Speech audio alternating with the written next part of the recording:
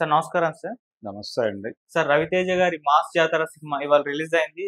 చాలా హోప్స్ పెట్టుకున్న 'రవితేజ' గారు కూడా చాలా కాన్ఫిడెంట్‌గా కూడా మాట్లాడారు ఈ సినిమా పట్ల. సో, ఇన్నాళ్ళ అభిమానులను కాస్త నిరాశపరిచాను. ఈ సినిమాతో మాత్రం అవకాశం ఇవ్వనని చెప్పేసి మాట్లాడడం జరిగింది. మరి ఆయన కూడా ఒక ఈగర్‌గా ఒక హిట్ కోసం చూస్తున్నారు కాబట్టి ఈ సినిమా ఆయనకు హిట్ ఇచ్చిందా? ఆయన అభిమానుల్ని అలరించిందా? సో, 'మాస్ జాతర' సినిమా పైన మీ రివ్యూ ఏంటి సార్? అభిమానుల్ని అలరించాలి అనే భ్రమలో హ్మ్. అంటే అభిమానులను అలరించటం అంటే, అభిమానులని అలరిస్తూనే సాధారణ ప్రేక్షకుడిని కూడా అలరించాల్సి ఉంటుంది. ఏ సినిమా అయినా సరే. హ్మ్. అభిమానులు అనేవాళ్ళు 4-5 డేస్ మోస్తారు సినిమాని. అవును. ఆ తర్వాత మొయ్యాల్సిన బాధ్యత ప్రజలది కూడా. అంటే ప్రజలు కూడా మోస్తేనే అది హిట్ అవుతుంది. అభిమానులు మోస్తే అది హిట్ సినిమా అవ్వదు. హ్మ్. అంటే మొత్తం ప్రపంచమంతా ఆయన అభిమానులుంటే అది వేరు సంగతి. కానీ ఆ పరిస్థితి జనరల్‌గా ఉండదు. ఫ్యాన్ కోసం సినిమా తీస్తున్నాను అంటే కొన్ని ఫ్యాన్ ఎలిమెంట్స్ ఉండాలి. ఉండొద్దు అని నేను అనటం లేదు కానీ, వాటితో పాటు సాధారణ ప్రేక్షకుడిని కనెక్ట్ చేసేటువంటి ఒక స్టోరీ లైన్ ఉండాలి. ఈ సినిమా డిజైనింగ్‌లోనే ఆ పొరపాటు మొదలైంది. అంటే 'మాస్ జాతర' అనే టైటిల్ పెట్టాలి అని అనుకుని, హ్మ్. నిజానికి 'సామజవరగమన' లాంటి సినిమాల స్క్రిప్ట్‌లో పనిచేశాడు అతను. ఓకే. భాను భోగవరపు. సినిమాకి కథ కంటే కూడా ఏ సన్నివేశానికి ఆ సన్నివేశం విపరీతంగా జనాల్ని నవ్వించాలి, ఎంగేజ్ చేయాలి, ఇలాంటి నమ్మకాలు ఉన్నాయి అతనికి. హ్మ్. అందుకోసం ప్రయత్నం చేశాడు. ఆ హ్మ్. ప్రయత్నంలో భాగంగా ఆయనకి ఇంకొక ప్రాబ్లం ఏంటంటే, అభిమానులను అలరించవలను అంటే మాస్ జాతర అని పెట్టుకున్న టైటిల్. కాబట్టి మాస్ ఎలిమెంట్స్ ఉండాలి, జాతర ఎలిమెంట్స్ ఉండాలి అని అవి రెండు తెచ్చి పెట్టుకున్నాడు. హ్మ్. పెట్టుకుని దాంతో పాటు వింటేజ్ రవితేజ అని అభిమానులకి కనెక్ట్ అయ్యేలాగా కొన్ని ఎలిమెంట్స్ పెట్టుకున్నాడు. హ్మ్. దాంట్లో ఇడియట్లు స్టెప్పులు ఇతర మూమెంట్లు వాటిని పెట్టి ఒక పాటలో వాడుకునే ప్రయత్నం చేశాడు. హ్మ్. అలా 'విక్రమార్కుడు' సినిమా నుంచి కొంత తీసుకున్నాడు. 'క్రాక్' అనే సినిమాలో కూడా ఆయన కాకి బట్టలు వేసాడు. అవును. కాబట్టి 'క్రాక్' తాలూకా ఇన్ఫ్లుయెన్స్ కొంత తీసుకున్నాడు.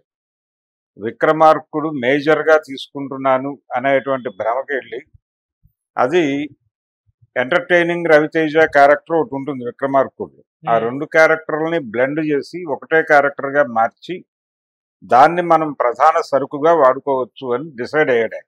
ఓకే. డిసైడ్ అయ్యి దాని చుట్టూ కథల్లే ప్రయత్నం చేశాడు. కథ అనుకునేది. అసలు కమర్షియల్ సినిమాకి కథతో పనేంటి అనేవాళ్ళు చాలా మంది ఉన్నారు ఇప్పటికీ సినిమా పరిశ్రమలో. హ్మ్. ఈ కమర్షియల్ సినిమాకి కథ ఎందుకు అనేటువంటి అభిప్రాయం ఈ సినిమాలో చివరి పాటలో చెప్పాడు ఆయన. హ్మ్. అంటే మనకి కమర్షియల్ సినిమా ఫార్ములాలో, కమర్షియల్ సినిమా వ్యాకరణంలో ప్రతి కమర్షియల్ సినిమా క్లైమాక్స్ లో బిగ్ ఫైట్ ఉండవలను. హ్మ్. దానికి ముందు ఒక భారీ సెట్స్ తో కూడినటువంటి భారీ కాస్ట్యూమ్ చేంజ్ తో కూడినటువంటి ఒక పాట ఉండవలను. హ్మ్. ఆ స్టెప్ లో విపరీతమైన స్టెప్పులు ఉండవలను. ఇది ఫార్ములా, ఓకే. ఇది వ్యాకరణం. ఆ వ్యాకరణం ప్రకారం ఒక పాట పెట్టారు. ఆ పాటలో సినిమా పాటకు లిరిక్స్ అవసరమా తో మొదలవుతుంది. అది అసలు లిరిక్ మొదలవటమే అలా మొదలవుతుంది. ఓకే. మా పాటకు దేనితోనూ సంబంధం లేదు, మాకు సాహిత్యం అక్కర్లేదు, ఈ సంగీతం మేము స్టెప్లు వేస్తాం, మీరు చూడండి, దట్స్ ఆల్, అంతవరకే హ్మ్. అని చెప్పేస్తాడు ఆ పాటలో లిరిక్ రైటర్ గారు. ఓకే. అంచేత ఆయన మాస్ మాస్ అనేటువంటిది ఉందా లేదా అనేది ఒక సందిగ్ధావస్థలో ఉంది ఇప్పుడు. ఎందుకంటే మాస్ అనేది ఒకప్పుడు అనుకునేవాళ్ళు, ఏ సెంటర్లలో సినిమా ఆడకపోతే బీసీ సెంటర్లో ఆడితే అది మాస్ సినిమా అని, ఏ సెంటర్లలో మాత్రమే ఆడితే అది క్లాస్ సినిమా అని, ఇలా ఒక డివిజన్ ఉండేది ఒకప్పుడు. నిజంగానే రూరల్ ఆడియన్స్ కి, అర్బన్ ఆడియన్స్ కి అభిరుచుల్లో తేడాలు ఉండేవి. హ్మ్. మనం ఇంటర్నెట్ యుగంలోకి ప్రవేశించి 30 ఏళ్ళు అయింది. హ్మ్. సీరియస్ గా మాట్లాడాలంటే 38 ఏళ్ళు అయింది. హ్మ్.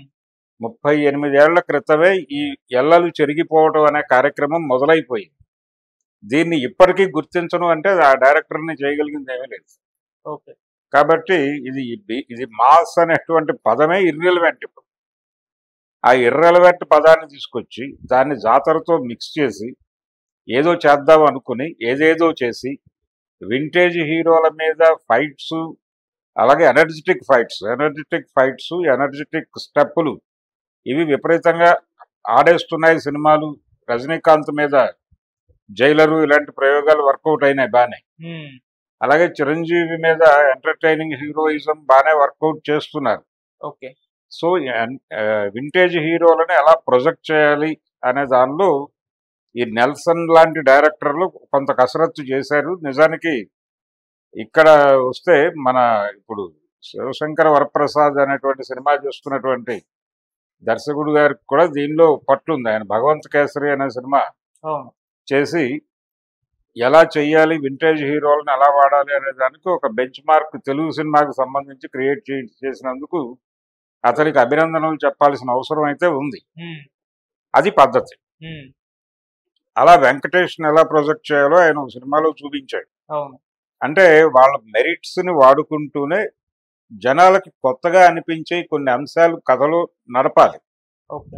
నడిపినప్పుడు మాత్రమే సాధారణ ప్రేక్షకుడు కనెక్ట్ అవుతాడు, సినిమా హిట్ అవుతుంది. ఉమ్, ఇదేమీ లేకుండా అసలు జనం మర్చిపోయిన పదాలన్నీ పట్టుకొచ్చేసి మాసు జాతర ఏదో చేస్తాను ఇక్కడ ఆయనతో విపరీతంగా స్టెప్పులు వేయించారు. చివరికి నేను ఇందాక చెప్పిన ఆ చివరి పాటలో శ్రీలీల లాంటి డాన్సర్ని కూడా పక్కకి నెట్టి రవితేజ మీదే డిపెండ్ అయ్యి ఎక్కువ స్టెప్పులు వారితోనే వేయించారు.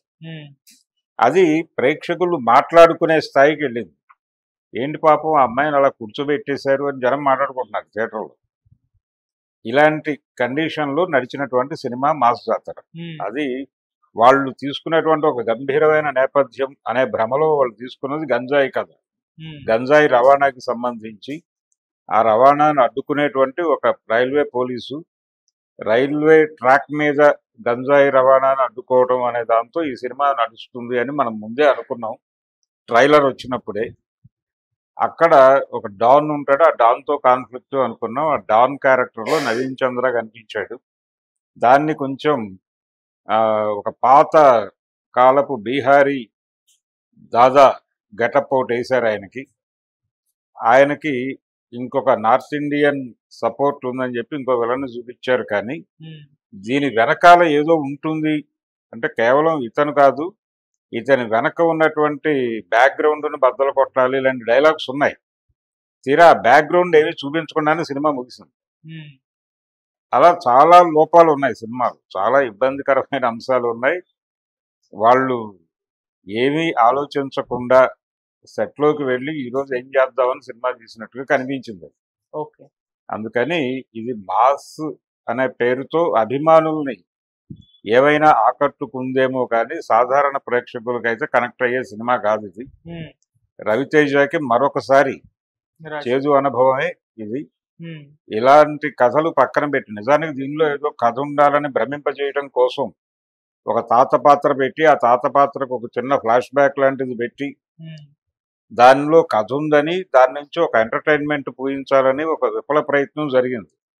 పెళ్లి చూపులు అవి ఫెయిల్యూర్ అవడానికి ఆ తాత రీజన్స్, ఆ తాతకు ఒక రొమాన్స్, ఉమ్, ఒక రొమాంటిక్ యాంగిల్ ఇవి పెట్టి జనాల్ని నవ్విద్దామనే ప్రయత్నం జరిగింది. కానీ ఈ స్థాయి సీన్లకి నవ్వే పరిస్థితుల్లో జనం లేరు. ఓకే. జనం నవ్వుతారు అని అతను అనవసరంగా నవ్వుల పాలయ్యాడు డైరెక్టర్ గారు. ఉమ్, అందుకని అలా డైరెక్టర్ నవ్వుల పాలై హీరోని నవ్వుల పాలు చేసి సినిమాలో కామెడీ లేకుండా చేసి గందరగోళపు కథ తీసి ఉమ్, దీన్ని సినిమా అనుకుని చూడండి అని బెదిరించి ఇన్ని రకాల వైఫల్యాల మధ్య మాస్ జాతర అనే సినిమా ప్రేక్షకుల మీద ఏ ప్రభావము వేయకుండా అలా నిష్క్రమిస్తుంది థియేటర్ల నుంచి అనేది వాస్తవం. Okay sir. రేటింగ్ ఎంత ఇస్తారు సార్? దీనికి 1.5 వరకు ఇవ్వచ్చు. Okay sir. Thank you so much. Thank you.